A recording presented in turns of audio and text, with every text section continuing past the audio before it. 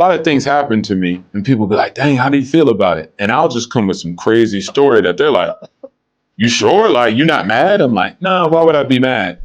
Remember being on the bus to the train station and like tearing up and thinking, what am I doing with my life? I've travelled all this way, like to like invest my time with someone else when like, and I was that spark of like, I need to invest time in me. You know, girls, like we were saying before, I've had girls that I love with all my heart, but they just weren't coming on my mission, man. And so it's like, I had to walk away. And that's hard, man. And they would never know. Are you going to just live in that and just be a victim of that? Yeah. Or are you going to use that as energy to become an absolute fucking winner?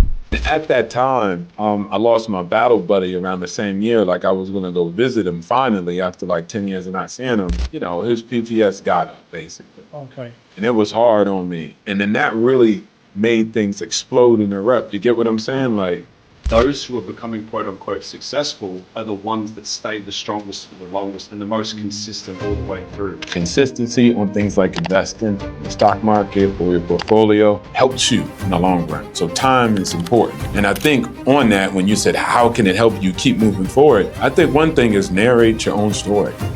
There's a quote that's always stuck with me that says, money doesn't buy happiness, but it does buy freedom. Freedom to do whatever the fuck you want.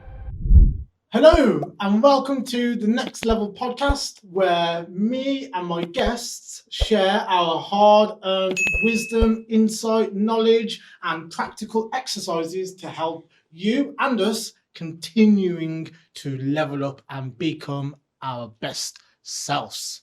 Today we have a very special episode and it's a three-way with two of my previous guests, Nic and Sean. What's up? Thank you. Thank you for coming, guys. I really do appreciate it. God bless you both, man. Yes, sir. Much love. So in this episode, we're gonna skip so much of like the stories because we know these guys. If you go back into the video list, you can check their episodes out. But today I want to just dive deep into like specific like skills and things that's helped us level up to give you the most value. Okay, so yes, introduce yourself, Nic. Tell us a little bit about yourself. I'm Nic. I'm 35. I was born in Australia. I lived half my life in the UK and now I've been in Thailand for 6 years. I run bodybuilding shows in Thailand and I coach athletes and lifestyle guys online. And I'm kind of like, people know me as kind of like a big brother that they kind of never had and I never had. So I kind of grew into that role and I sort of give a lot of young men some advice on how to get through their 20s and things like that. So yeah, it's Great. A bit about me. Thank you, Nic. That's calm, Nic. What would you say your most valuable attribute is? That's a tough question, man. I mean, look, I preach fitness in everything that I do. And I think that that's a base level of everything as a stepping stone. I think if you can walk into a room and you got big arms and people notice you and you got a nice smile and you got a good presence and a good aura, I think you've won half the battle in literally everything you're going to go towards. I mean, I can only speak that through my own experiences and what I've sort of taught others to be like as well. But I think that that's been a critical game changer for everyone that I've come across, is being able to demand that base level of fitness. It just rubs off an aura onto literally everything that you're going to do. It says a lot about someone, doesn't it? How they look, how they're treating their bodies, basically. What's that saying? Don't judge a book by its cover. Yeah. I mean, I don't, but like, for example, I know a lot of... not to. Yeah, it really, is. It says a lot, says so much about a it person, how you carry yourself. Yeah. I mean, I know someone who, you know, isn't in shape, who's actually extremely successful. You know what I mean? And so there is exceptions to the rule, but I think as like a base level, if you can get yourself in phenomenal physical shape, I think everything else in your life will be pretty straightforward and a lot simpler. Yeah, certainly. Thank you, Nic.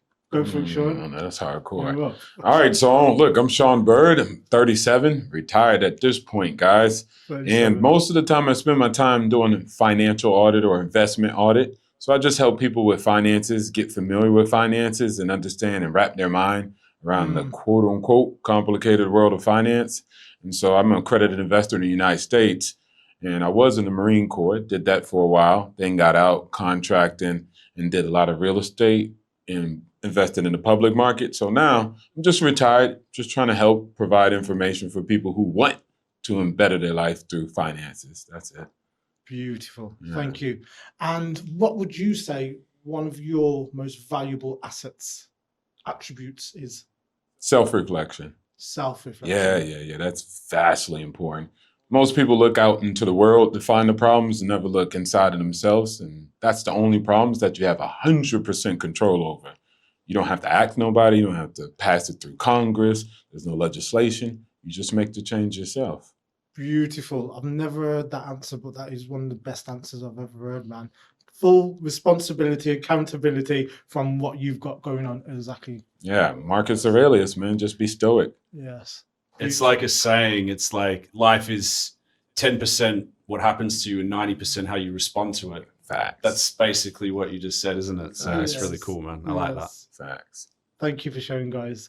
Okay, so the first question I want to put to you guys is, what are some of the key character traits that builds a successful life? You're retired, man. You're 37, you're retired, right. Let's go. You So first. building a successful life, a character trait, discipline, discipline, doing the things that you don't want to do, but you have to do, and being able to balance that. And I think that's, kind of, we're raised sometimes depending on our situation where it's like, oh, I don't want to do that, so I don't have to do it. And we kind of hate the things we have to do and love the things that we want to do. So if you could just find a way to condition yourself, basically to have some discipline when nobody's looking, I think that would get you very far in life. Just figuring that out. So discipline, definitely. Certainly, I totally agree with that. And it's only been like the past, like, say, probably 6 or 8 years that I've implemented that word into my life.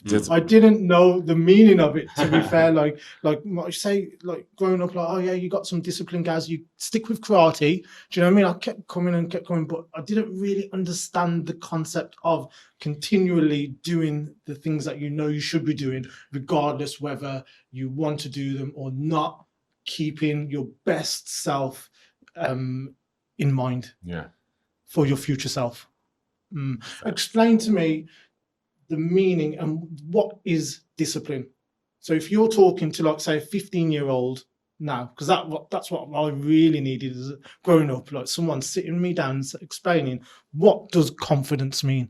What does discipline mean? Self-reflection. You hear me?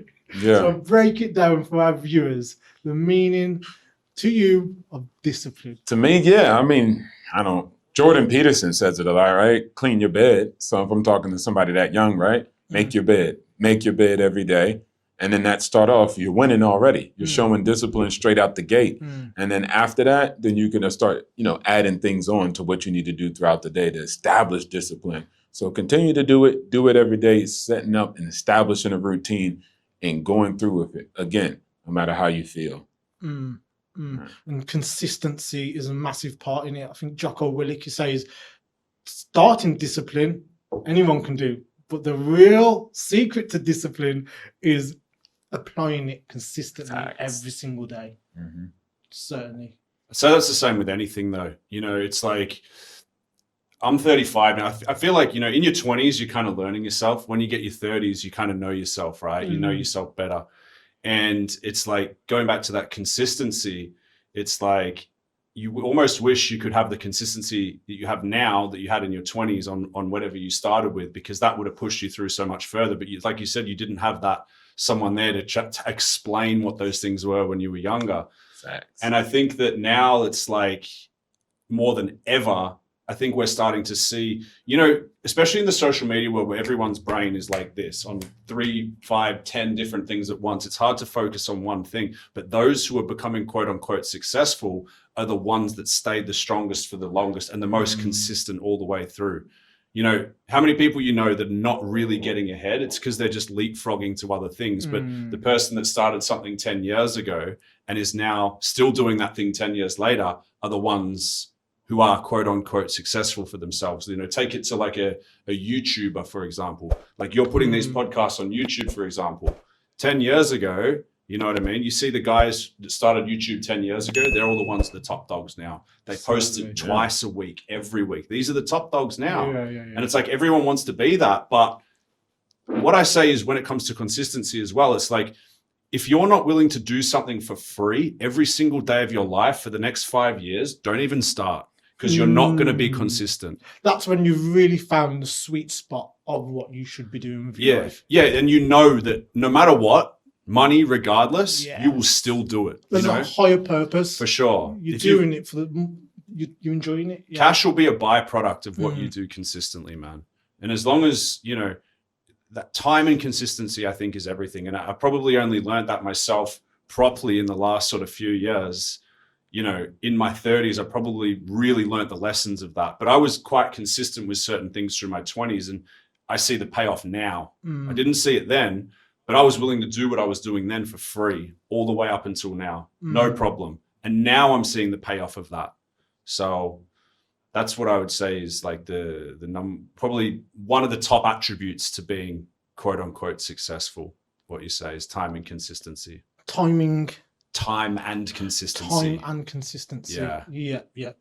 Totally with you, man. Because you can be consistent for a month. Oh, yes. You can be consistent for a day. But can you be consistent year on year? Those are the people that really go the furthest. In every single sport, in every single business, in every single thing, it's that he who stays strongest for the longest is the one that prevails.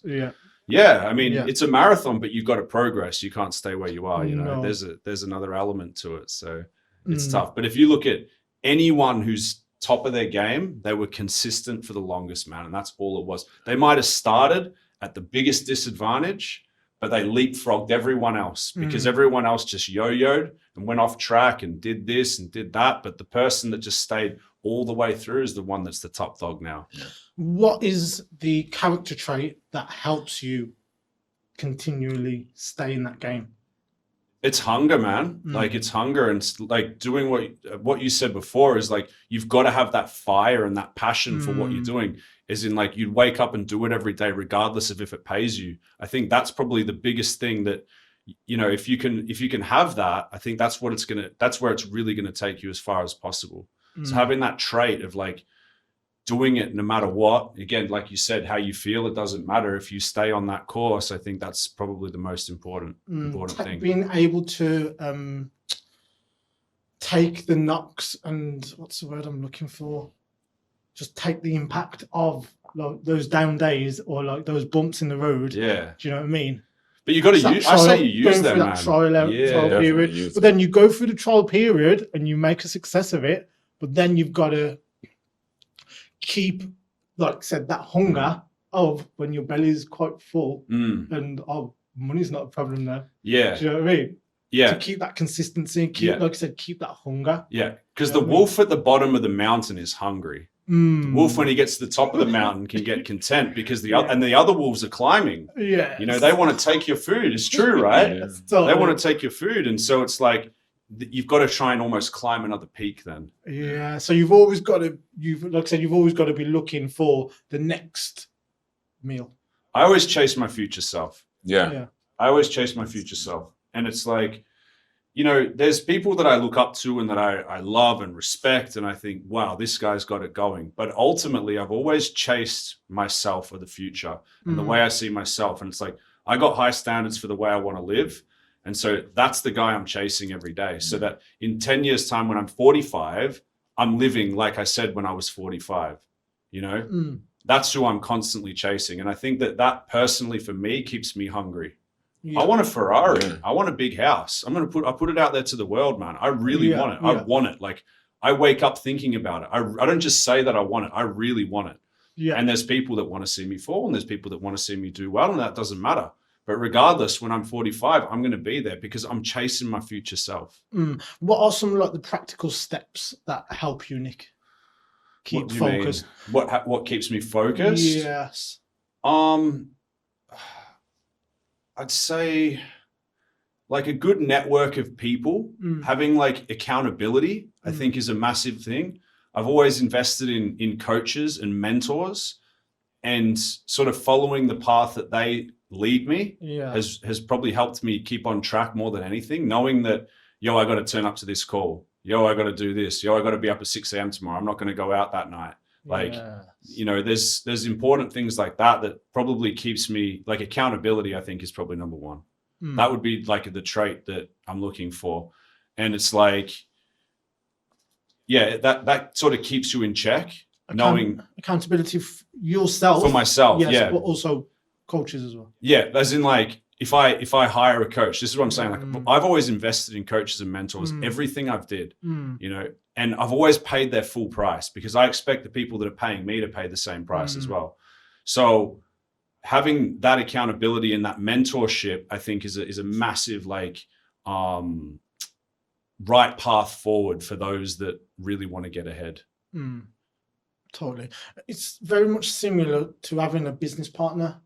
Yeah. I've thought about it recently. You know, like when someone pays me to help them develop themselves, they're investing a chunk of their money in me. So I'm way more invested than that person than, like, someone else that, like, can't commit the money. Like, it's just a total different thing. For sure. You know? Yeah. Yes, certainly. Anything to say from that? No, you're spot on. And then I will go back to what he said about time. Time is important. It's just like the same thing with financing, investing in the market over time, constantly just showing up. Most people are looking for the hit, like, man, what's the new big thing? Jujubu coin, whatever it is. And they're like, can I get it in 2 days? But if it's just like wealth, it's pretty simple. Just show up on time every month and make your contribution. That's it. Warren Buffett made it that way.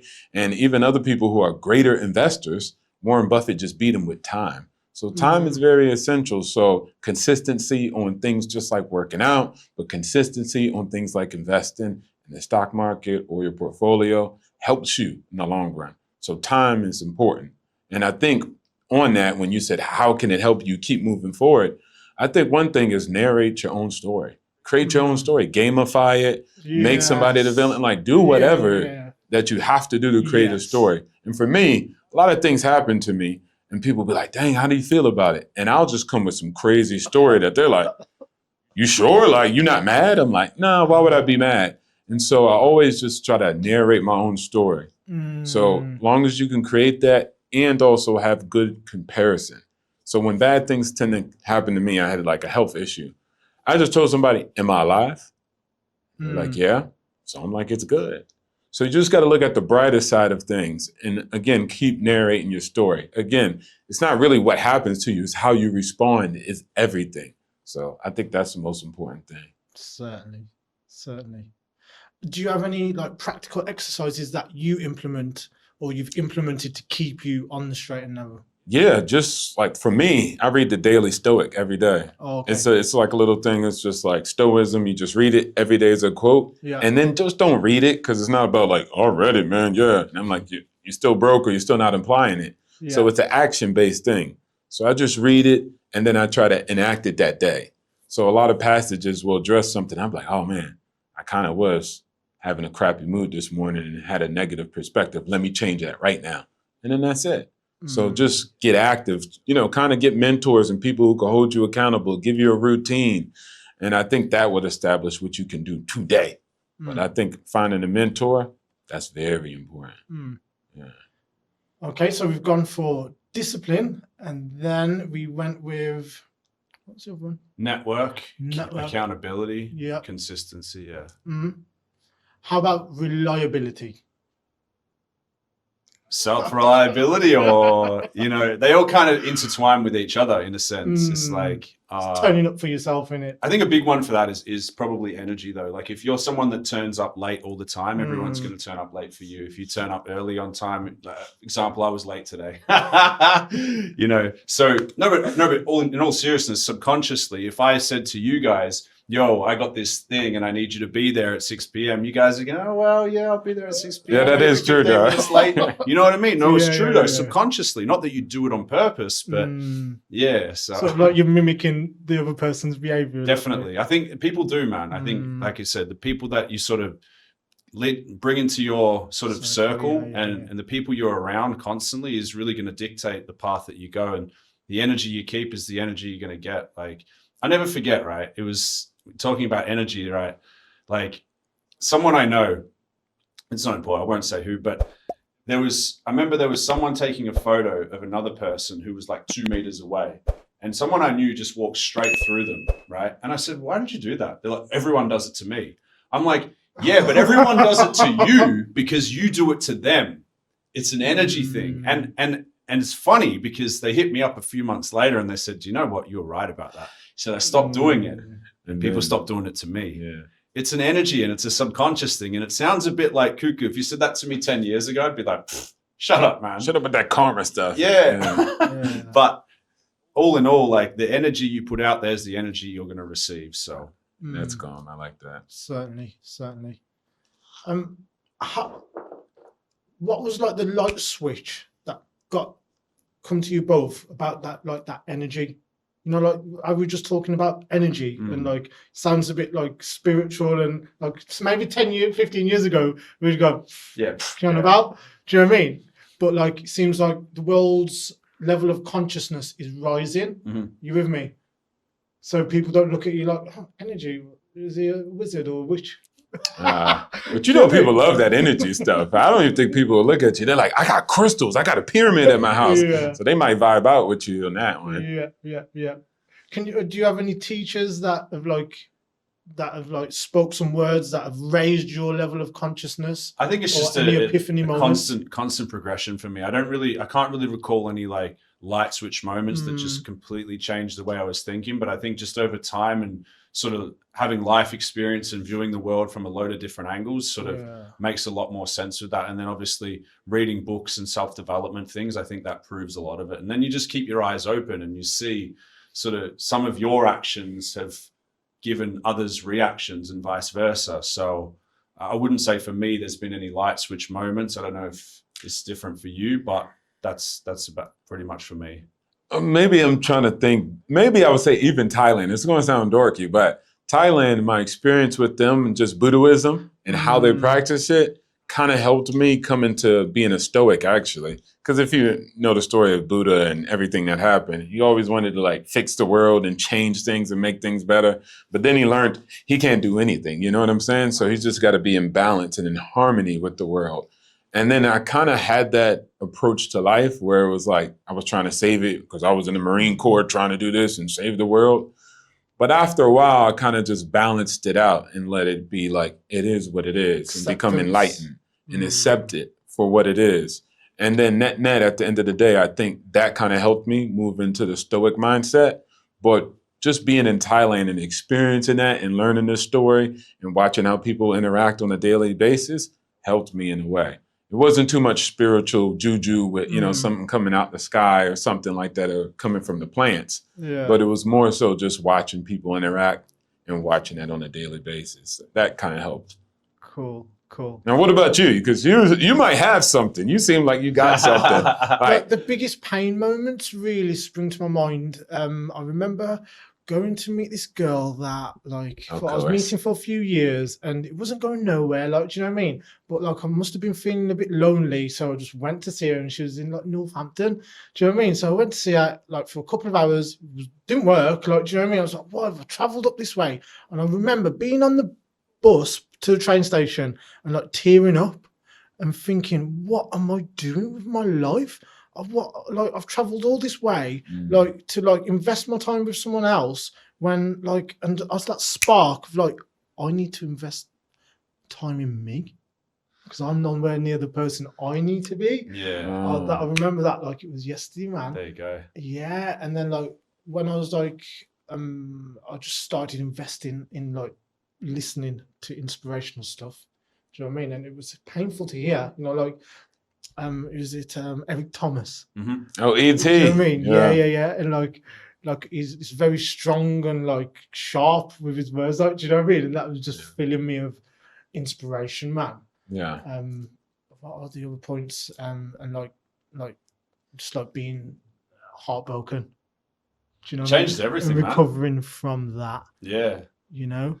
Do you know what's funny? It's like you know, when we was younger in like high school and like, let's say your girlfriend broke up with you. Oh no, it's mutual. It's mutual. And now it's like kind of like when we're older, we're like, oh no, she dumped me. So while we're on the subject, like tell me a little bit about how you like healed from heartbreak. If you've There's been too many, man. Really? I don't even have a heart anymore. No, I'm kidding. But no, I probably had like, I mean, I speak to some of my friends about like relationships and stuff like that. And, you know, I probably had about like, I think about 7 serious relationships in my life, like quite a few. And, you know, I think you just get better at it as you go. I think the first time it happened, it was like, oh, and then I went to work and then I was like, oh shit. Start bawling and crying and trying to hide from people. And I didn't know what to do. How old was you then? Oh, I don't know, maybe 20, 19 or something like that. Didn't know what to do, didn't know how to react. But you get it because you think like, oh my God, it feels like, almost feels like that person's just died in your life. Yes. They haven't died, but it feels that way. Like you've lost a limb in it. Yeah. And it's like, I don't know what to do, you know? So then you go to the boxing gym. And you start boxing and you go to the gym and you build yourself up. And I just naturally did that subconsciously. And then on the other side of it, I was in shape. I was better. I was more confident. I looked better. I spoke better. I was smarter. And so then when I was going out again, I met a better girl because I thought I'd never get another girl, right? I thought because she died, I'm like, oh, she's the best thing ever. I can't do better than her. But I did. And I was like, actually, this is interesting. And then, you know, whatever happened and it happened again. And I'm like, oh shit, felt that same feeling again. She kind of like died and I felt like they died and I was like heartbroken. Morning. But then I went back to the boxing gym and then I got big and I got wham and I started. And then I attracted a better girl and I was like, hang on a minute. So for those that are out there that might have gone through a heartbreak and think that they're never going to get anyone better, that's true if you stay the same person you are. But if you use that heartbreak and channel that energy into becoming a better person, there is better people out there. And don't accept when you meet someone and you feel like they're just filling a space for that previous girl. You with me? Yeah, there's rebounds in between, right? Like, let's be honest. But there's never. It slows down the healing, doesn't it? It makes it worse. It makes it worse. Definitely makes it worse. You've got to do a lot of inside job. You do, man. I've said, man, it took me about 5-6 years till I could sort of accept it. Wow. And I literally took up. I say she, but I wasn't in control. Like I felt like I wasn't in control. Wow. I was so attached. And I couldn't accept that she didn't want to resolve. And I had opportunities to sort it out along the way. Do you know what I mean? But she wasn't ready, I was ready, and then vice versa sort of thing. Do you know what I mean? But, when something's just taking up a good chunk of your headspace. For sure. Do you know what I mean? Yeah, man. It's wasted energy. Yeah. Man, it's interesting. Maybe I don't have a heart for real, but no. For me, I had a lot of good relationships. And I think most important for me, which helped me, even when I broke up with previous partners, was I always had that direction of what I wanted to do with my career. Or I was in the military, so I was always taking missions, always going overseas. I even had long-term girlfriends, long distance, all that stuff. And I had about 7 too, serious ones. But for the most part, for me, I always looked at it in a way where I had good time with that individual and it came to an end. Total acceptance. That's what I really couldn't get a handle on. Yeah. And it could have been because most of them were good, like nobody was hitting on nobody or stuff like that. I was like, well, that's a bonus. So yeah, I had 5 years, but I can't have her forever. I never fell in love with that type of idea. Like I could have you forever. You'll forever be millions. And so net, it's not the relationship that's really hurting you. It's what your idea was about the relationship. Now you're holding on, clinging on to it. Exactly, right? And then that person moves on and goes about their life, but so do you, right? And then you find yourself finally 6 months later, you're all right. You're alive. Your heart is not really broken after you go see the doctor. So I think most of the time it's just like the story we tell ourselves about our relationship takes us so far from reality. When it actually ends, the crash is tremendous for people, and they can't really come to grips with it. Like, how could you What leave? massively helped me was when I started my business, my food business in England. That obviously directed a lot of my focus away from my ex-partner. Like, do you know what I mean? And again, like coming to Thailand as well, I still got feelings for, like, do you know what I mean? But massively, like, I can accept it, sort of thing. When I previously, I was just no really acceptance. Now, again, I always tell my friends, like, my relationships ain't that hard, but I could imagine if it was different. Like, I had a wife, we had 8 kids, and then she came home and was like, I'm with this guy and I'm leaving you, and I got the pizza box. Somebody's situation is always harder. So I always looked at it and was like, you know what? She was my girlfriend for a long time, but it's not that bad. And so always had a habit of doing that. We went through a stillbirth. Me and my partner did. Oh, okay. She was like 28 weeks. So I mean, so it was like that, like having that mind of like, we're gonna have a family, but it didn't work out. And then, like, it was a lot of layers. Yeah. A lot of layers. Yeah, that sounds like it. Yeah. It sounds like you have, like, any one of your exes you could probably call. Yeah. Be like, hey, how are you? Yeah. She'd be like, hey, how are you? She'd be like, I'm good. Got kids and stuff. All of them. Yeah. I've got the same, probably except for one. Probably one of them would probably try and be like, kill me. Still. Word? Yeah, it happens, man. Yeah. So you had very like friendly like breakup sort of thing. Yeah, they're all diplomatic. Now, I do have one where we just don't talk anymore because she was just like, look, I just got to go this way. I don't talk to any of them personally, and I don't want to, but I know that if I needed something, I could call any one of them at any time, because I know that when they were with me, their life is better than it's ever been. Yeah. If I'm being honest, man, and I don't mean to sound like an asshole, but I build people up. Yeah. If you're coming with me, I build people up. So any girl that I've been with, life when they were with me is better. And amplified. Now that they're not with me, it's not as good. And I'd say probably only one of them, due to me not being the man I should have been at the time, is probably one of them I couldn't. Okay. But all of them, life was better with me. So it sounds like you had zero like toxicity in. Oh no, there was toxicity, okay. man. But it's just there's going to be some, yeah, always, we humans, so yeah, always. But you know, it's just like I said, man. I could probably call any one of them I wanted right now and say, "Hey, I need this from you," and they'd be like, "No problem." While we're on the subject, what do you feel like makes a strong, long-lasting relationship? I think it's individual.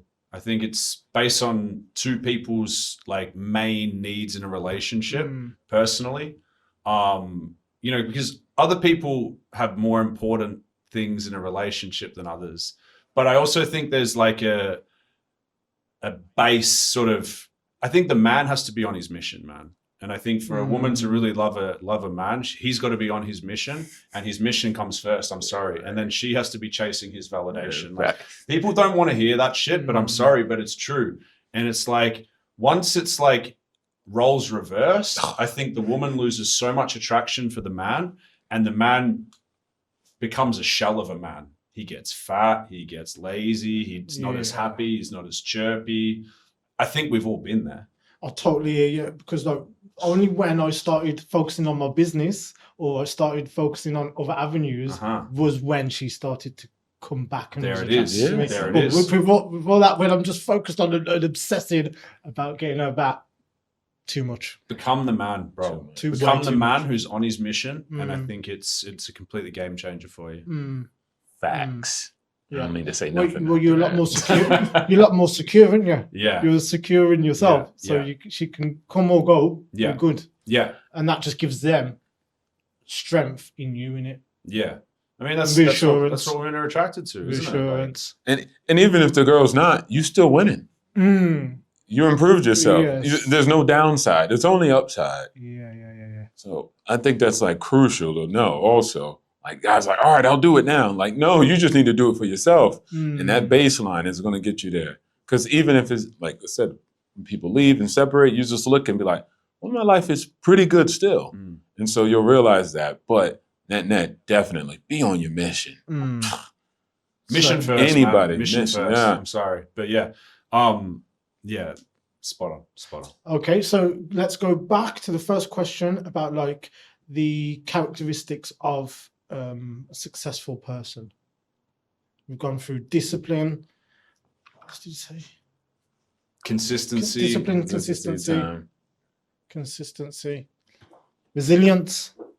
Resilience. I mean, they intertwine with each other. Those few there. So I think that it depends sort of what avenue are you chasing? What are you after? Everyone's definition of success is different to us. I remember, long story short, but I had to go see like a couples therapist years ago. Yeah. I didn't want to go, but I went anyway, right? That wasn't your mission right there. No, and I was doing really well for myself. Really, I was. And she said, on a scale of 1 to 10, how successful do you think you are? Because this therapist already spoke to my partner before they spoke to me. That's so how they kind of like an usually do ambush, it. right? Yeah. It is what it is, right? And then she said, and I'm pretty sure my partner said to her at the time, like, Nic is doing really well and he's quite successful at what he does. And then she said, the therapist said to me, she was like, on a scale of 1 to 10, how successful do you see yourself? I said, probably about a 1.5 or a 2. And her face just went like, So you you said that about yourself? Yeah. Okay. This was maybe 5, 6, Wow. 6, 7 years ago. Okay. And the therapist was like, shocked. Yeah. And I was like, what? Yeah. Yeah, right. So, I can see that. I think everyone's definition of being successful is different. Oh, okay. And then so there's, some people would look at me or you and they'd say, he's successful at what he does. But is that person, do you feel successful at what you do? I think that's probably the main key. But I think that the path there, no matter what avenue you're in, is pretty it's pretty similar. Like I say, get in shape, right? That builds your confidence. That literally builds your base foundations. And then get mentors that you're accountable to in areas that you want to be. Know your vision, know who you want to become, chase that person who you want to become. And then that's your path all the way there. How do people find out where they want to go? Whoa, we're going back again. That's a big question, man. Yeah, that's a big question. The large question. That's a very good question. And it's probably goes back to, what are you passionate about throughout your life? I mean, from my perspective, it was like, I always played sports. I moved from sport to sport to sport till I found what I loved. And then I got into the gym and then I started helping others. And then, so that sort of stems and it sort of brings my passion because I sort of move towards what I really love doing. Yeah. I think it's almost like a natural thing. Like you sort of try all these things, you do what you like and what you're good at, and you keep going down that path. And, that path is going to be other roads along the way, but I think that core path is going to be pretty similar. Like for me, it's like I went from sports to bodybuilding to a competitor to a coach to a show promoter to a, you know what I mean? It's kind of all been in that sort of path. Around it, yeah. Um, and what you said earlier on about what would you do for free? And would you do it for free? That's a massive I think, one. would you do it for It's the free? eye opener into, or if you say to someone, right, if you had a full bank account, what would you do? And I'll also add, say the question one more time. Because I want to make sure I'm hitting on the head. How do you find, the question was, how do you find The Oh, the previous question was about how do you find out if you don't know what like, you, what exactly, you want to do? Exactly. Do you know what I mean? So I hear passion too, and I'm with that. Skin the cat the way you can figure it out. But one of the things I thought, and I did, that I thought was creative was I wanted freedom. I wanted not to be poor. And that's what I was when I was growing up. And so anything I did, I fell in love with it. So net, when I was in the Marine Corps scrubbing toilets, I fell in love with scrubbing the toilets. It might sound stupid, Wow. right? But I created an identity and I stuck to it because I knew it was leveling up. Let me even say this. My passion and my purpose was just life in me, making myself better. So when I was doing that, coming out of the Marine Corps, then it was like the next thing. Somebody gave me a job and I was doing clandestine stuff and I fell in love with that and kept doing it because I was leveling up as a person. This game of life. People be sitting around playing video games. Grand Theft Auto, right? Yeah. You got the character CJ, Oh, okay. right? You leveling them up. Who did you say? Yeah. All right, so you're playing the guy CJ. He's got the cars, he's got this, he's got the money. And then you're sitting there and you look and it say 5,000 hours. And then look at you though. You don't got no money. You don't got no house. You don't got no resources. You don't got no friends. Yeah. You don't got no girlfriend or boyfriend, right? So net, you spent all that time building up this avatar, and you could have put it in your own life. Yes. So net, the purpose just became the love of life, and seeing that is a real life video game. You could level up yourself. Oh, dang, the podcast. You could level up yourself. So basically, it's where are you investing your time in? Exactly. What are you? It doesn't matter the task, because the task is just to get you there to freedom. It's to get you to level up. It's to get you to become better. So I could have did anything, and then it was just like, oh man, I'm going to become better by doing this. Because you was laser focused though. Exactly. So on the end goal. So somebody who don't know what their task is, do whatever, do a bunch of stuff. Action is required. Go out there and act. It's just like you get a scientist in the lab. He don't know what to do. He's just going to experiment. So go out and experiment. Especially now, and you're young. If you're in the 20s or 30s, you got nothing but time. Stop trying to get a girl and put her in the house and get her pregnant. Start figuring out and experimenting and making things happen. What do you say to someone that's been in a job for 10, 15 years, that they've got a family and they're just like... That's a bind. I don't say nothing. No. Good luck to them, bro. You know, if that's the life that they want and that's the life that they choose. Yeah, no, honestly, but if they want it, great. But in the back of their mind, they're coming up with excuses why they can't have a better life. Good luck to them, bro. For me, I know. I'm very look, man, my time, my energy, my resources are limited. You know what I mean? Yeah. If you want to come with me where I'm going, come on board, but you got to keep up. You know, and if you don't really want to, or you just kind of making excuses and cool. You do you, bro. I'll do me. How do you filter out that person? Wow. I mean, it just naturally happens, I think. For me, from my experience, it just naturally happens if I need to filter someone out who's not sort of adding value to where I'm going and where I'm trying to get to, and probably just holding me back. It's like sometimes you got to go rogue. Sometimes you got to go rogue, and you got to do your own, walk your own path, man. So I mean, I've walked away from a lot of people, girls, like we were saying before. I've had girls that I love with all my heart, but they just weren't coming on my mission, man. And so it's like I had to walk away. And that's hard, man. And they would never know. They would never know. But I had to walk away, man. They would never know how much I love that, but I had to walk away because the mission comes first, Yes. And so, look, you can have friends and all that sort of stuff, and that's great. And you don't have to be a dick about it. But if they're not, if you're like, let's say you have to get up at, I don't know, 5 a.m. because you got to go to work and things like that. Come out for a beer, come out for this and that. These friends they're not really going to be beneficial to you. No. But the friend that goes, you know what, bro, go home and go to bed. You got to be up at 5. That's the friend that's going to come with you. You know what I mean? But it's fully committing, like you just said, fully committing to the mission. Yeah, you've got to be, man. I mean, everyone talks a big game, and it's like people who are doing what they said they were going to do, they're the ones that are going to get through it. It's like integrity is probably another one we could put there. Doing what you say you're going to do when you say you're going to do it. I think that's a big one because everyone talks a big game, man. But it's easy to talk. Everyone talks give a or big take, game. it's easy to talk. Give or take. Yeah. I think you can't do 100% of what you said you were going to do, but I think if you can do at least 80% of what you said you're going to do, you're going to do pretty well for yourself. And like just sticking by your word, that helps build. That's building your character day by day by day. When you start not sticking by your word, just like when you're in a relationship with someone and the other person saying they're going to do this, they're going to do that. That's yourself saying you're going to do it and then losing trust in yourself. No.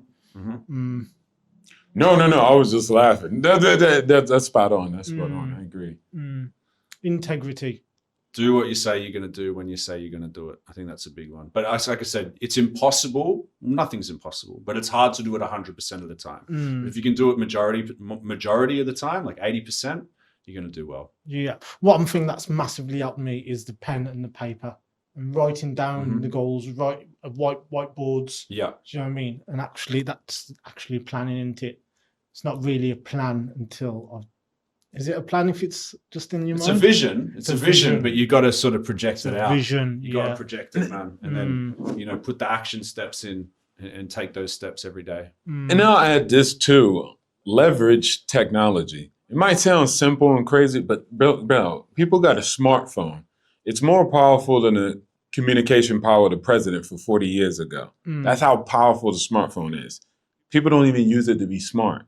Imagine if people take the smartphone. That's a new one for me. I like that one, bro. Click that up. People take the smartphone and play dumb. Like, imagine if just some outer space life was just looking in on, like, could tap into your lens, right? And tap into your camera on your phone. And they'll be like, what is this species doing with this phone? And they'll be like, why are they twerking like that? Or, you know, they dancing in front of it. And you're like, what in the galaxy?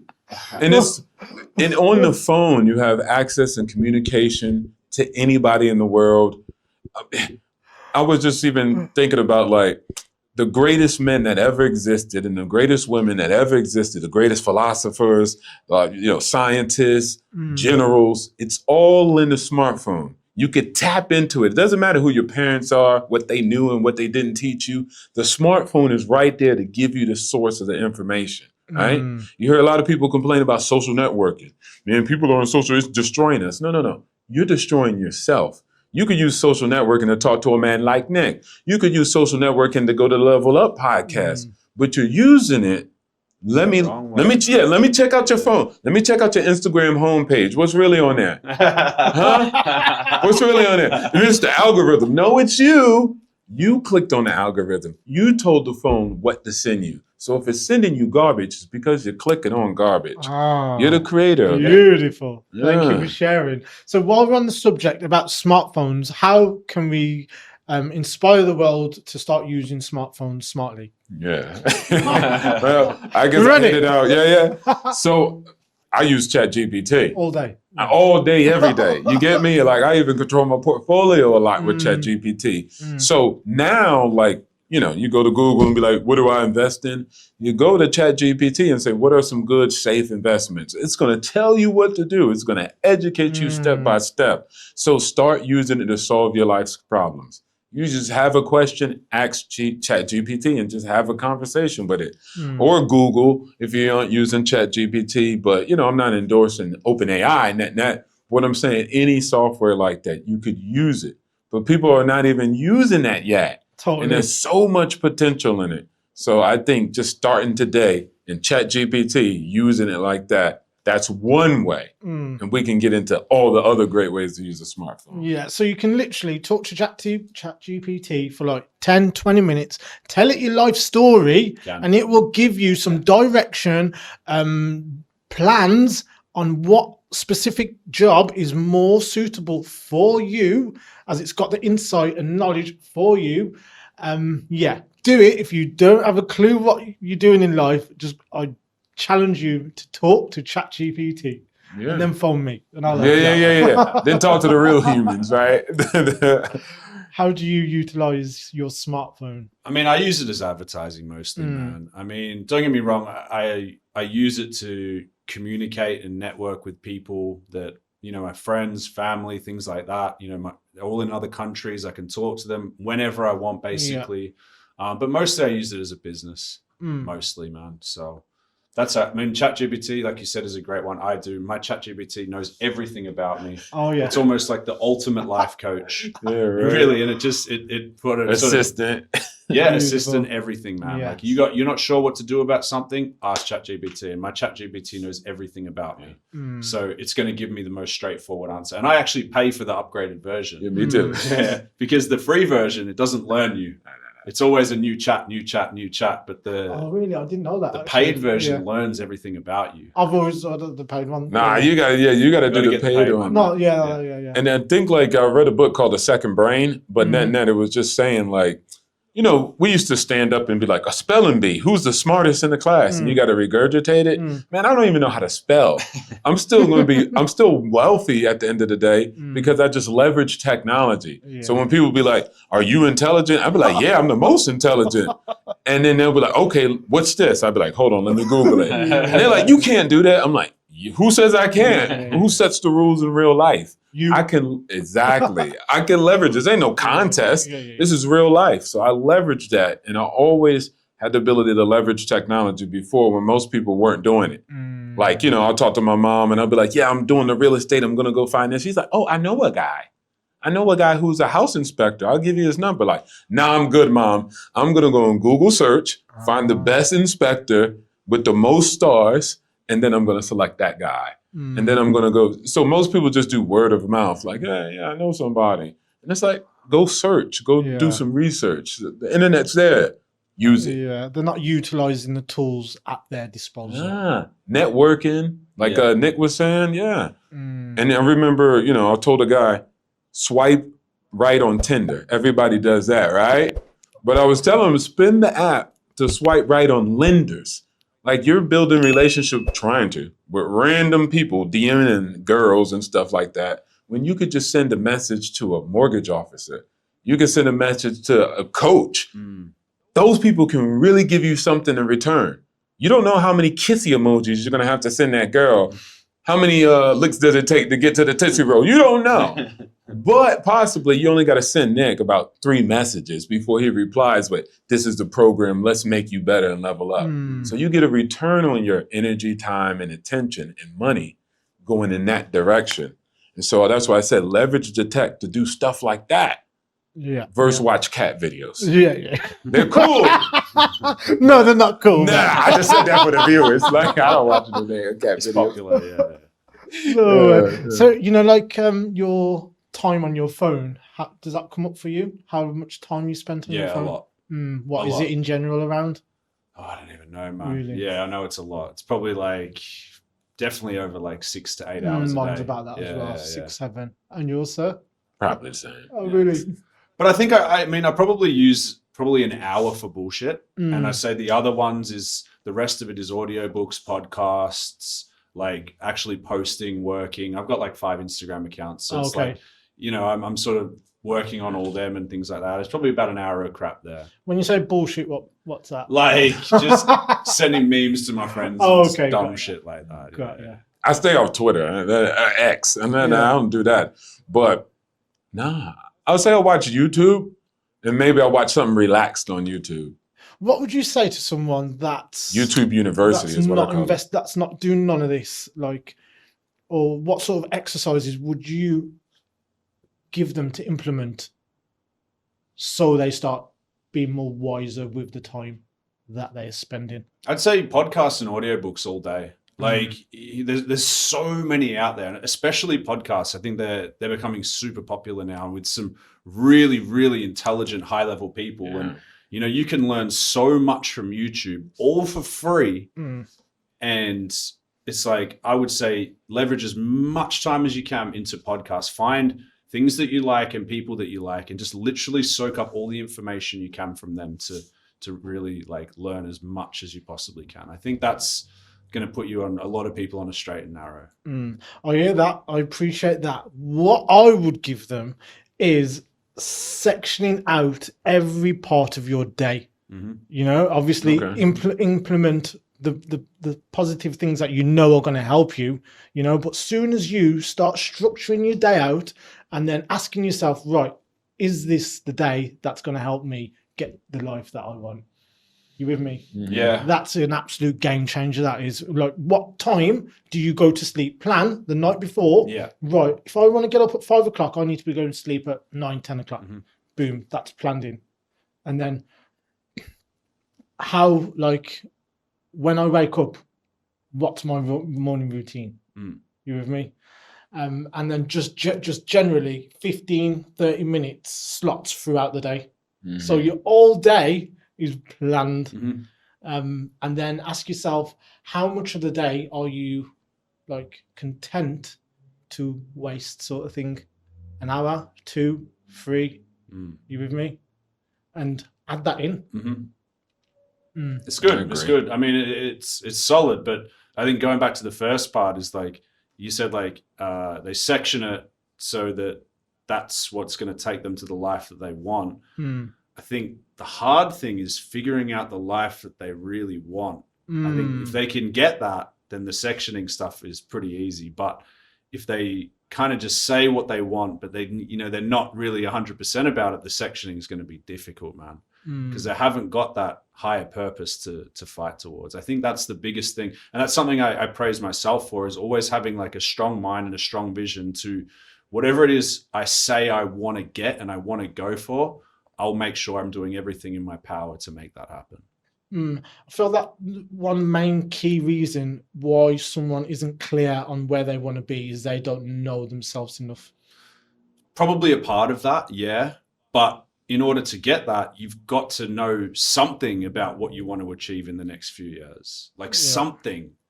And then it's like you can sort of build from that. Because, you know, we all learn about ourselves and what we want to go for, but it's like, you don't know everything. Like, I don't know every single little detail. I know quite a few. And as I get older and I get wiser, I sort of know more about what I want. And like you said, it's probably a bit of time as well. Yeah. And courage. A lot of courage to actually go through with it. Because there's many people that, like I said earlier on, that are in the comfortable job, but they know what they want to do. They want to be a forensic scientist, whatever, but they haven't got the courage to go for it. Man, they better go. Pardon? I said, man, they better move, man. Yeah. You're just going to be stuck. Fine, you just be stuck. Like You're in a first world country, most likely, if they're listening. Get your, man, you better get out of here with that. Yeah, well, what I share with my clients is, you've got a 9 to 5. You're not in the job that you want to do, but what are you doing every day to help you? I haven't got the time zone, so like half an hour. What about your 5 to 9? Half an hour, 15 minutes. Do you know what I mean? Yeah. You got to be doing something to help you. Yeah. Move forward. For sure. Yeah. Okay. Is there any other like attributes that you feel is vital to building a strong life? Now, what do we got? We got like discipline. We spoke about resilience, integrity, patience. You might have mentioned time. As well. Yeah, I mean that's time. Urgency. Urgency is a game changer for me. Yeah, there's got to be a bit of urgency. Urgency, man. Because a lot of my life, I've grown up, and I like sort of like I'll do that when I'm some age. Do you know what I mean? I've got the rest of my life. Yeah. I've got the rest of my life. And then boom, I'm nearly 30. And I'm like, I've not got the rest of my life, guys. So you need to start making some serious moves, bro. Or we're going to end up 6 feet under, like not even a little smidge of my potential. Yeah. Come on, boy. Do you know what I mean? And I'm fucking out the gate. Do you know what I mean? But it was that switch in mindset to say, right, like start putting your foot on the gas. You with me? And like what's said at the start of the year, like I'm living these next 12 months like it's my last 12 months. That's great. Do you know what I mean? That just fills me up with urgency. Do you know what I mean? So like, yeah. You know? Yeah, no, I agree with you, man. I've just totally flipped that mindset of like, I asked myself, right, so I've lived 28 years of my life with that mindset of I've got the rest of my life. That didn't work. Nah. So I've flipped that on this head, so right, let's do the opposite. Let's implement urgency and act like what was the total opposite, basically. You with me? Yeah, no, I am. And then like anything that I really need to push, I'm not putting it on the back burner, or I'll do it next week, I'll do it next year, or I need to message so-and-so. Do you know what I mean? Yeah, so you just got to ask yourself, like, what things do you need to say to yourself to get you really shooting for the life that you want to build, man?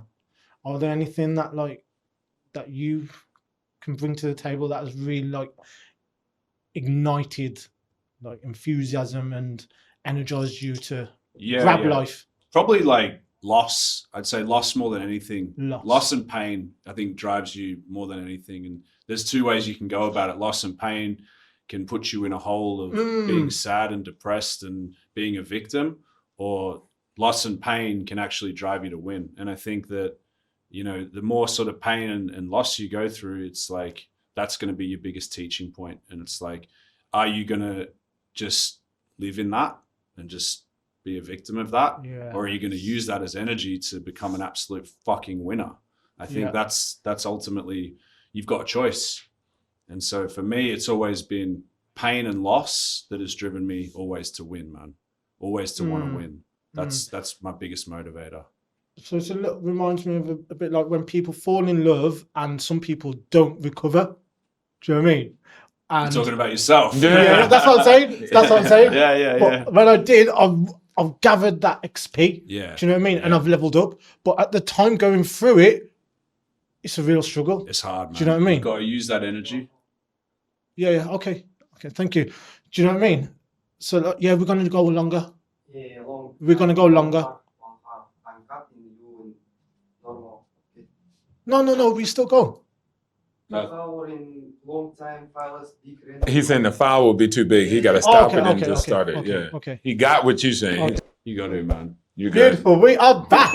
You can go back to spilling Okay. out your soul, man. So- Yeah, we're back. So we're talking about recovery of your character. So like you go through like business breakdowns and it takes you a while to recover. Someone dies, you're mourning that person, you fall out of love with someone breaks your heart, it takes you time to recover. Some people heal and come back stronger, but some people don't. Some people have that hurt of the loss of the girlfriend or the loss of a business, and they don't never start another business again. You with me? Mm. So like when my business went down about 2-3 years ago, it took me about a year to recover, to get my entrepreneur back on, because I was paralyzed and wounded, just cycling through it and ruminating about it, not moving on, not totally and accepting it. Right, that business served me at that time. It's not serving me right now. Let's move over. What are we gonna allow for something else to move in? What are we going to fill that gap with? Yeah, no, I get that. I mean, for me, maybe in 2000, what was the pandemic? 19. 19? Yeah. So around 19, I got out the military. I was like 7 years out. And then I was good. I was Gucci. I was winning. Yeah, mine was winning. So I thought, right?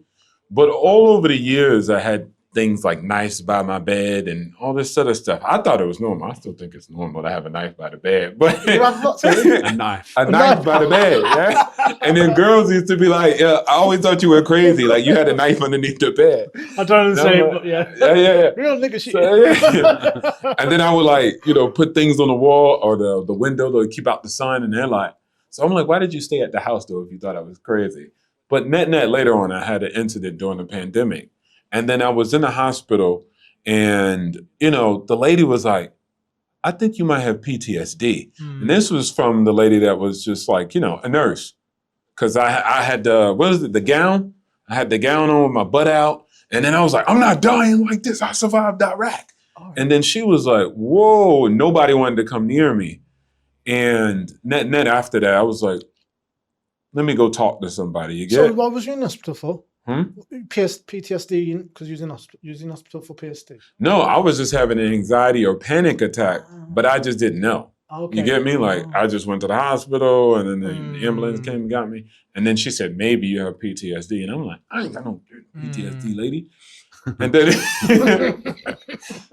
I'm a real Marine, And then I was like, all right, come on, don't be arrogant. Go talk to somebody. So I went to the VA and they set me up with an appointment. But at that time, too many people were talking to the psychiatrist due to the pandemic. Oh, okay. So I was getting mad about that. Like, get out the way. I'm a veteran. Oh. But I couldn't get no doctor. Yeah. So anyways, I eventually talked to him. And it was a long healing process because I was unpacking a lot of stuff that I just kept pushing forward instead of ever addressing with it.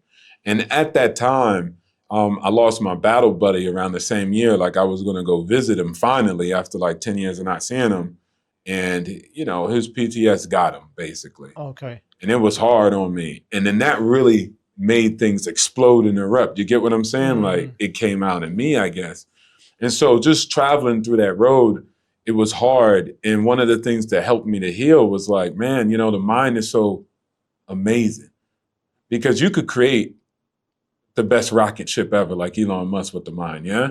You could create a symphony. You can create this world that we live in. And then if the mind goes this way, you can also take your own life. And so it's so tricky dealing with it like that. And so in that long path of healing, I had to figure out some story, as I said again, narrate my story of how I was going to recover. You get me? Yes. Like, because if I get this story wrong, I could do what other people might have done.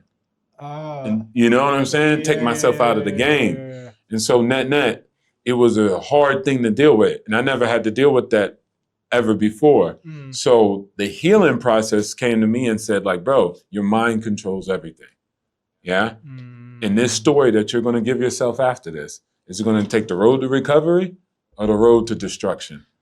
And so that's why I just say the mind is very powerful. And if you don't control your thoughts, and if you don't control that mind, then it will control you.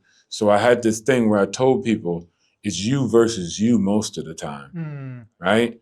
Every time you wake up in the morning, there's some voice telling you, go back to sleep, hit the 15. It's not me telling you that. Nick ain't telling you that for sure, right? But it's you telling that. So while you're worried about my friends being bad influence or politics, the biggest influence in your life is that voice that talks to you to tell you to go to sleep, hit the snooze button, get Krispy Kreme donuts, right? And feel depressed about your life because of X, Y, and Z. So the greatest enemy that you have to conquer is your mind. Sounds like you had a big epiphany / like leveling up moment going through that time, because you're so stable and leveled out now, aren't you? Yeah. You haven't got none of that. No. So how did you, like, what was the building blocks along with that, as you just mentioned? I had to, I just recreated the story, you know? Like, I was seeing it in a bad way. Like, why did I survive? You know what I'm saying? Like, why did I make it? Why me? It was almost a victim kind of slip for a moment. And then I had to say, well, my brothers are gone, but I'm going to live my life for them. And so I had to just recreate the story versus the way I was taking it, the road I was going. And of course, no disrespect to doctors, you know what I'm saying? But they lay it on like, yeah, you screwed, feel sad, get these meds. And then I was actually victim. And then actually funny, I was just sitting there listening to Andrew Tate, and he was like, I'm not talking about people with PTSD, but I was like, why not? I could apply still what he was saying to myself. And so net, I was like, you know what? He was just telling me to shut up and get moving and don't sit in my woes. And so even though I was never like that, in that situation, I even fell into it for a slight moment. And then again, I just had to create my own story, work my way out of it. Total responsibility and just grabbing control of your own life, innit? And again, I love that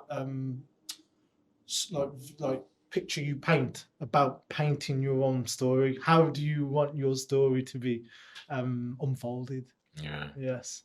Beautiful. So that's how you heal. Well, you got two choices, don't you? Sink or swim. Yeah. And it's like fight or flight. Yeah, it's which way do you want to go? Yeah. You want to sink, you want to swim. Use it, go forward, use it, go back. It's up to you, man. Take full responsibility. Yeah. Okay, so we've spoken a lot about the attributes that lift the character up, that are vital. Now let's switch it on its head. And what are the certain characteristics that stop people from becoming their best selves? I mean, one we just spoke about, just now is being a victim. Being a victim in your own story. It's like, you guys are talking about writing your own story. It's painting your own picture. It's like you are the rock star in your movie. You know what I mean? You are the movie star of your movie.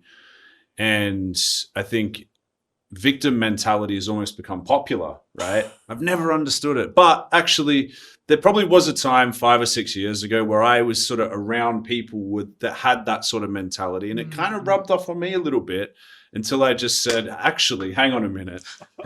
This ain't right, man. Not for you. Not for me. Went down a different path and decided that's rubbish, man. And then so I think number one attribute would be like a victim mentality. It's like, you can't succeed because of this, and this, and telling that story as to why you can't. I think that in this day and age, opportunities are everywhere, man. And it's like, if you don't want to take them, fine. But I think right now it's as easy as it's ever been to win now, more than ever, with society being as obese as it's ever been, society being as lazy as it's ever been. Like if you can just be in shape and don't be lazy, you're already like a top 10%. You are. And it's so then there's obviously next levels to that. But I think it's never been easier to really stand out from the crowd and to really win. And so, victimhood, I think, is probably the number one killer of everyone's dreams. Massively. I hear that. Self-doubt. Yeah, there's a bit of that. I suppose there's a bit of self-doubt, but, you know, sink or swim, man. You know, it's like... Since he said victim, victimhood was number one street. And I get it because I come from it. So I get that Nick never get it or doesn't get it. But I was there too. But I was raised on a healthy culture of it. Like, you're black. You're a loser because in 1918 this happened to your people. So that was my, like, you know, like that's what they pushed on me heavily, right? Feeding your pain body of that victim mentality. Look at this picture, look at that. And so net, I had to get rid of it. I had to get rid of the victimhood, I was right? there with you, bro. Yeah, right. On the other side of the world, but I was there living that same story, man.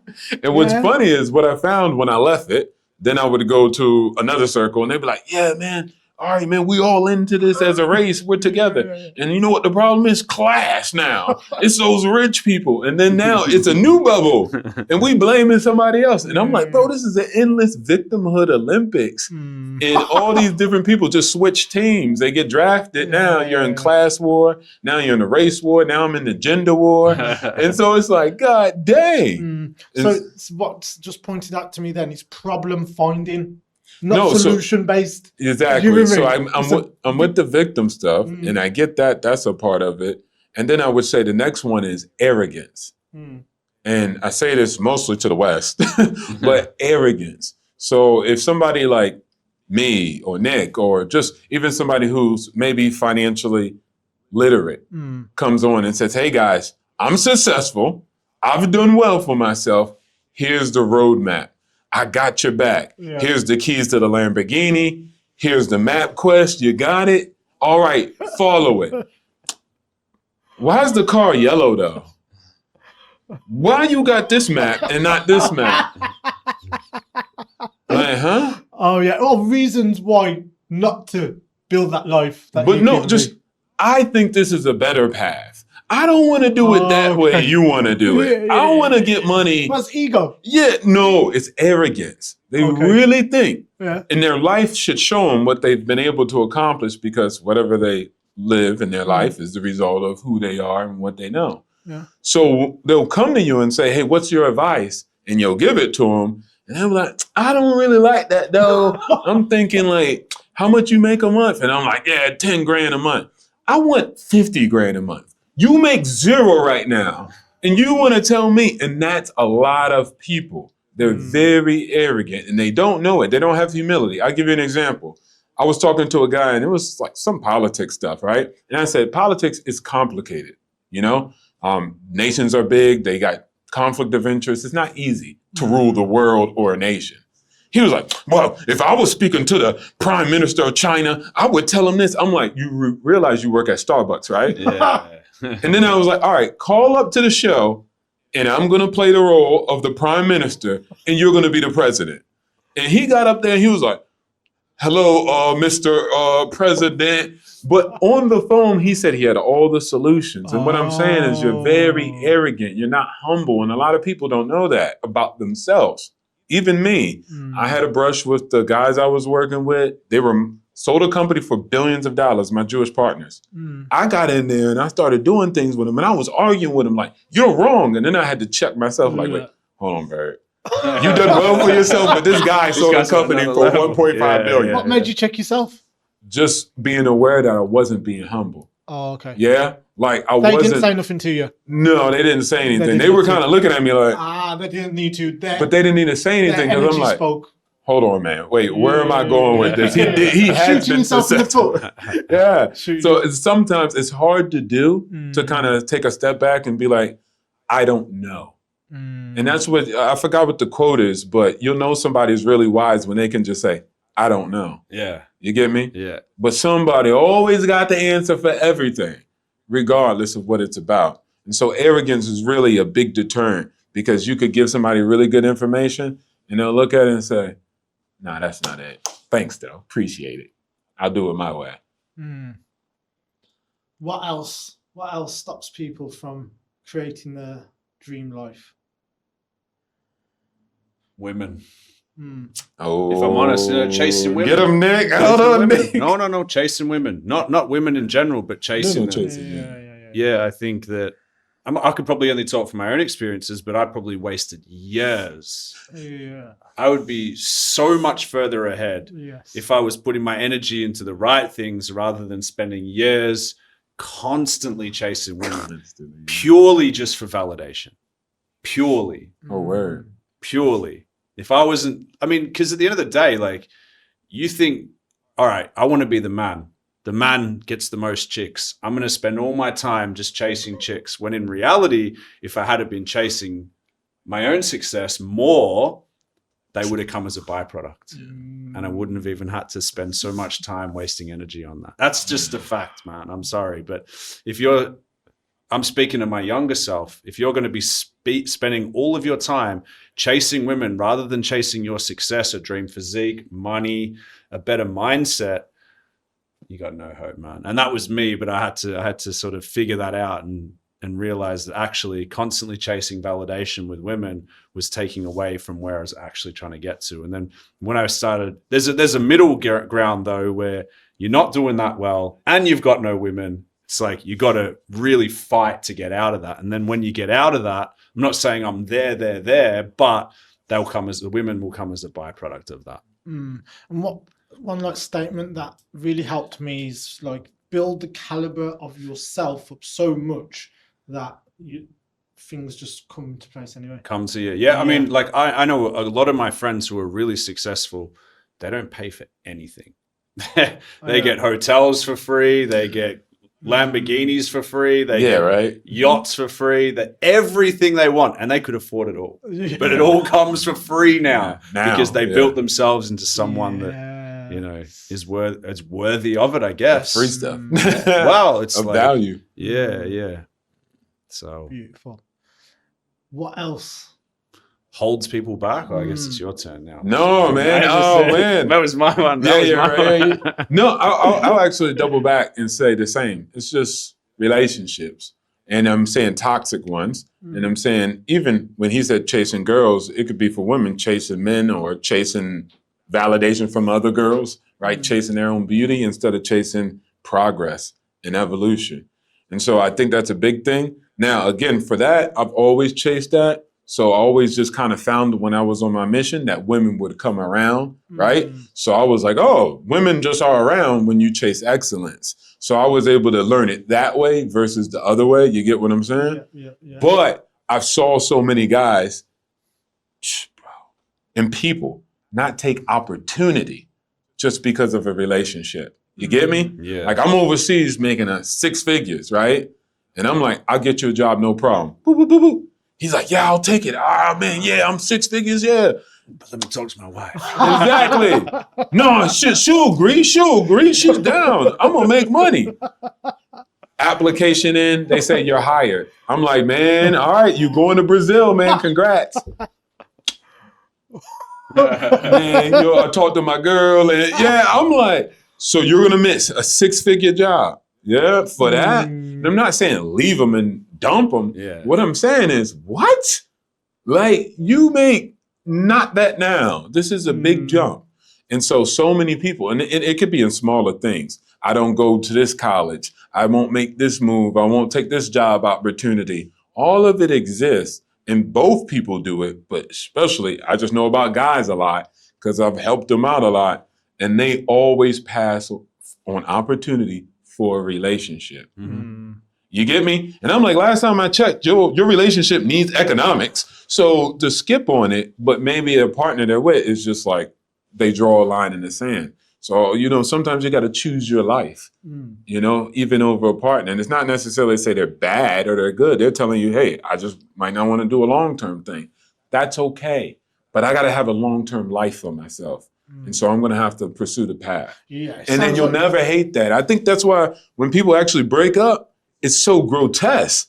Because it's like, mother, you know how many opportunities I done missed sitting around with you, sitting around here eating Doritos and watching goddamn Glamour Girls or The New Orange is Black. You gave up everything to build it. And now, but watch this. And this is why I didn't even say it earlier, because now I'm thinking about it. That's why whenever I broke up, I had no problems because I never stopped pursuing me in my life. I never gave up anything almost. So it was like, all right, cool. But if I would have gave up, I didn't go to the Marine Corps because I love this girl, and then it didn't work out. I'd be like, for sure. now I'm stacking boxes when I could have been a Marine. And then I get why sometimes relationships could be so toxic and they could explode like that, because really people have been packaging like, I gave up so much for this and now it doesn't pan out. It's hard to let go in it once you've put a lot of gone all in. Yeah, I'm going all in. Yeah, you invested your time into it. So, What's your like most valuable practical exercises that have developed you to? As in like reading, meditating. Right. Going to the gym, man. Going to the gym. Like I said, man, I've always, man, that's just a core base.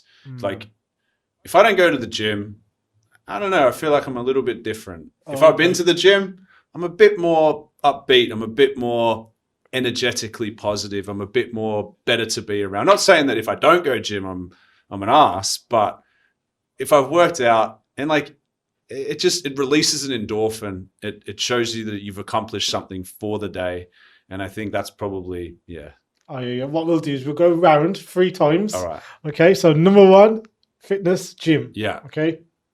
oh dang, he took the gym. No, you still can. You can still can. What we're just going to go around and give us our top 3. Top 3 most valuable investments in ourselves that we. Yeah. You know what I mean, to develop ourselves. So. Yeah, to develop ourselves. Yeah. I would say education. I was always big with search of information and education, but I always say not like traditional YouTube University. So I was just big, and that's what I call it, YouTube University, right? I like that. I learned everything on that damn platform. It's the biggest how-to platform. Oh, so you put more time in watching YouTube than reading or anything like that? Than all of that. Really? Okay. Because they'll be showing pictures and then they'll show you the video and take you through the steps and everything. So I was just like, man, this is cheat code. How to wholesale, how to acquisition manager, how to blank. You just fill in the blank and somebody's going to be like, welcome today. I'm going to even how to Python. And then they'll be like, India will be like, welcome today. I'm going to show you. Like, there was all the information in there. Man, you're So right. is that what you're talking about? What's Python? Yeah, Python, C++, HTML. I'm saying it used to be always Indians teaching it on the earlier days of YouTube. What is that? You could say like computer coding. how to use this microphone. How do I use this DJI microphone? And you'll have some Indian go, welcome to today's video. You will get to learn how to use the DJ. And I swear to God, you could figure out from YouTube how to get this whole podcast studio set up within an hour. It's going to cost money, don't get me wrong, but they would teach you literally everything. Or how to do it with no money. Like somebody there you go. How to do it with no money. Yeah, like, it's on a budget. Yeah, for sure, man. So it used to be like, it was the Chat GPT before Chat GPT. So yeah, just leveraging education and more modern ways of education, YouTube University. Mine would be reading. Massively reading. As soon as I just changed my view of myself, do you know what I mean? Because I've like grown up thinking that I've got dyslexia. Do you know what I mean? I'm not smart. Like, you know what I mean? I was one of the dunces in school. Do you know what I mean? But as soon as I start picking up the book, even though it was a few simple books at the start, I start investing in building myself. Do you know what I mean? So I started to take full responsibility and accountability for like I was being my real true CEO. You know what I mean? So that was a massive game changer. And I don't feel right if I don't read, like just how you said about the gym. Yeah. Do you know what I mean? Yeah. Okay. I get it. So I put the reading like one of the first things that I do at the start of the day. Yeah, interesting. Because the gym, I can do that anytime. Yeah. Do you know what I mean? Like, it's not a chore to me, like gym, but sometimes later on in the evening, it feels like a little bit more of a struggle for me to read. So what I pass on to you is like, get the harder things that you know are going to be valuable for you right at the start of your day. Yeah, I like that. My one would Round be 2. network, man. Network. Yeah, the people you surround yourself with. Like, anytime I've surrounded myself with people who like not of quality, whether they're, I've never done drugs, but let's say I was hanging around with drug addicts, I'd be the next drug addict. Over time, it will happen, man. No matter what, you know, it will happen. So I think hanging around with the certain right type of people is probably the next biggest thing. I think if you've got the right people surrounding you, sort of pushing you to be better, and you know, you guys have got the same mentality and things like that, I think that can go a long way. So I'd say the company that you keep. Yeah. Certainly. And like with that, like we was talking about energy earlier on, like be in touch with the energy that you feel when you're around people. Ask yourself, how have I left that person? So us three, you know, I'm going to have high energy, or like, do you know what I mean? We're going to leave each other on a great note. But sometimes you speak to someone on the phone that's on a low vibration, and you know, like, brings you right down. I wish I never answered the call. Yeah. Do you know what I mean? Yeah. So you got to listen to those feelings of like how people leave you with, and it's not even people, food, jobs, content. You know what I mean? How you watching this content? How is this making you feel? Hopefully, you're inspired. Okay, go for it. Second round. No. And you were right about, you know, the energy. Sometimes people call you up and they be like, and they'll complain and they'll be like, I feel so great. And then you're like, I don't. God dang. So they just do a judo. So you got to be very careful on that. Because some people, they don't know it. Maybe they do. But net, you got to be careful. And also your energy as well. What energy are you giving out? That too. Do you know what I mean? So before you think of saying something low vibrational, don't. Yeah, low Keep vibration. it inside you. Do not moan about a thing. Yeah, right. We had one guy who was an old guy at a contract base, and he was always happy. So every time he came around, I was like, man, I need to be like that guy. But one thing I would probably say is financial literacy. I know that was a kind of like with education, but I think that's massively important.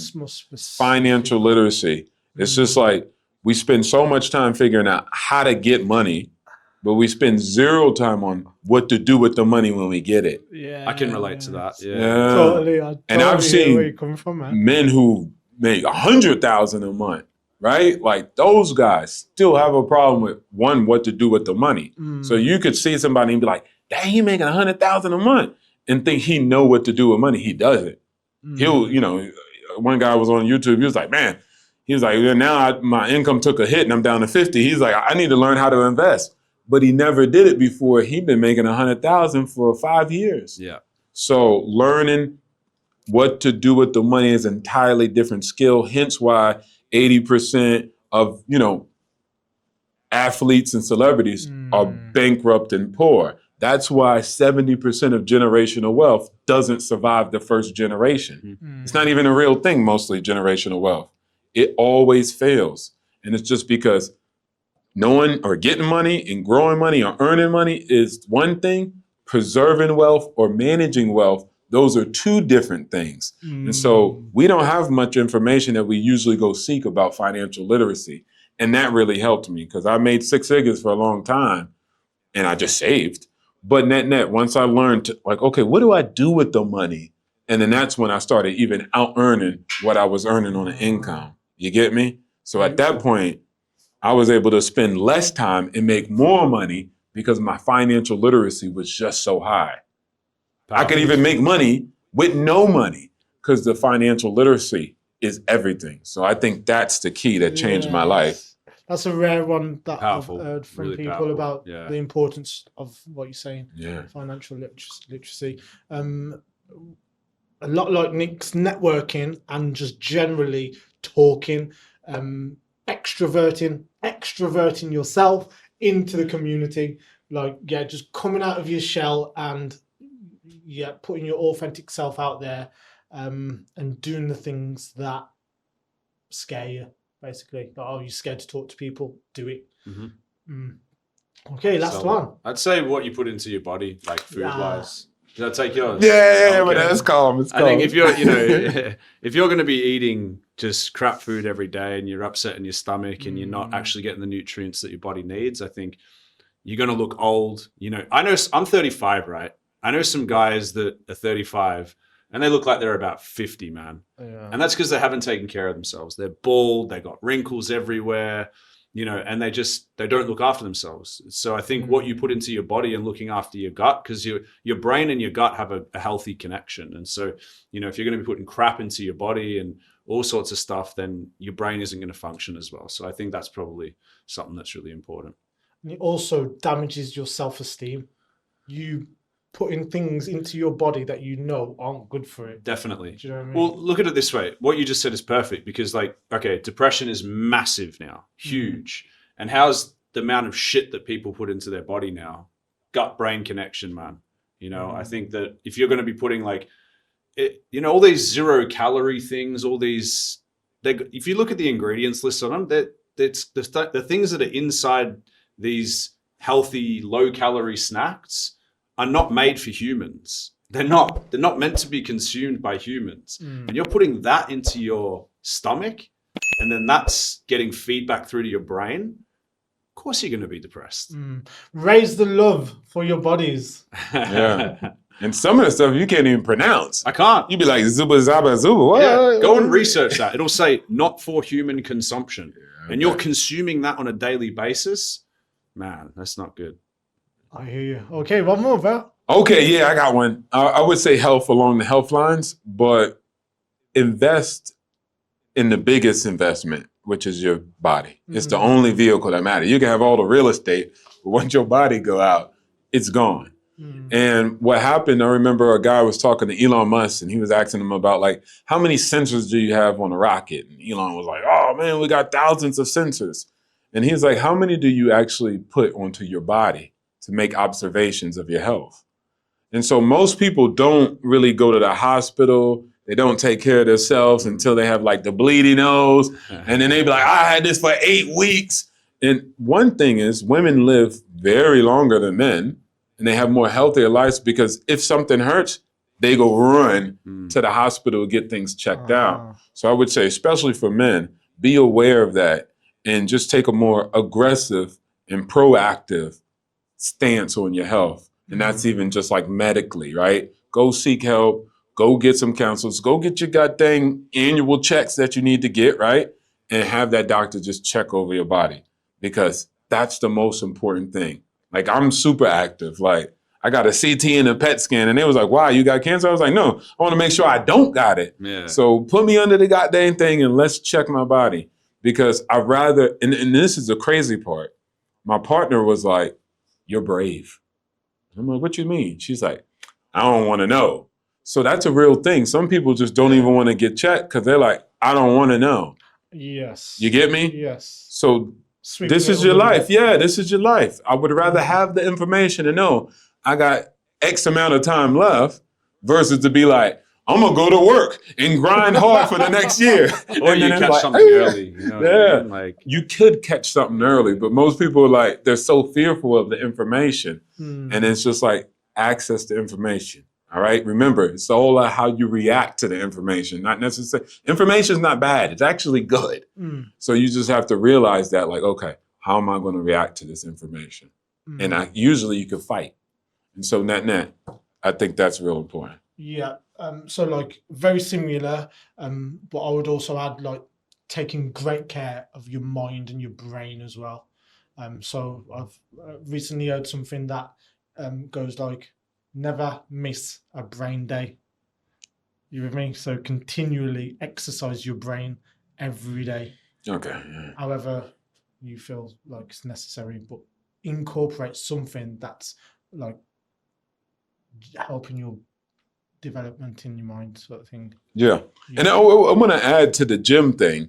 I also told guys, go run, go shoot guns, go fight, and women too. Go do a bunch of stuff too. So when, people say the gym, they only think dumbbells and stuff like that, right? So it's go out and do some other things, right? Go play tennis, go swimming too. Yeah. Go be active, CrossFit, I don't care, track, whatever. There's a bunch of things you can do, including the gym, which you should do. But people just kind of only think that, yeah? And also, so then I toss you the gloves and you big and you can't even throw a punch now. So go do Taekwondo, whatever. I don't care. Yeah, and we want to be mixing that fitness with networking, Do you know what I mean? I go to the gym every day, not just to keep healthy and fit, is to see people that can potentially come on my podcast to maybe meet the girl of my dreams to network. Oh, here we Do you know go. what I mean? So we've got to mix your goals. And like-minded together. people you get at the gym, right? Totally. You ain't got to convince them not to eat 20 cheeseburgers. They're probably already aligned. Certainly. Okay. Is there anything else before we come to the end? Is there anything that you'd like to bring to the table? I would say, man, guys, look, if you're on the internet, go find your tribe. I think that's a big thing. And I heard somebody say, and I was like, oh, that's pretty cool. Like you're looking, you're immediate. I think that delays a lot of people because there's this small path you become. Like when you decide to say, like, I'm going to listen to Nic and I'm going to do what he does. Once you turn off the TV or turn off the call from Nic, you're by yourself. And you're in this like weird space where you're going down a new path and you don't have a tribe yet. And so that's why it's important to go find your tribe. And there's a lot of tribes online. There's the fitness guys. There's going to be finance guys. There's going to be real estate guys. There's going to be stock guys.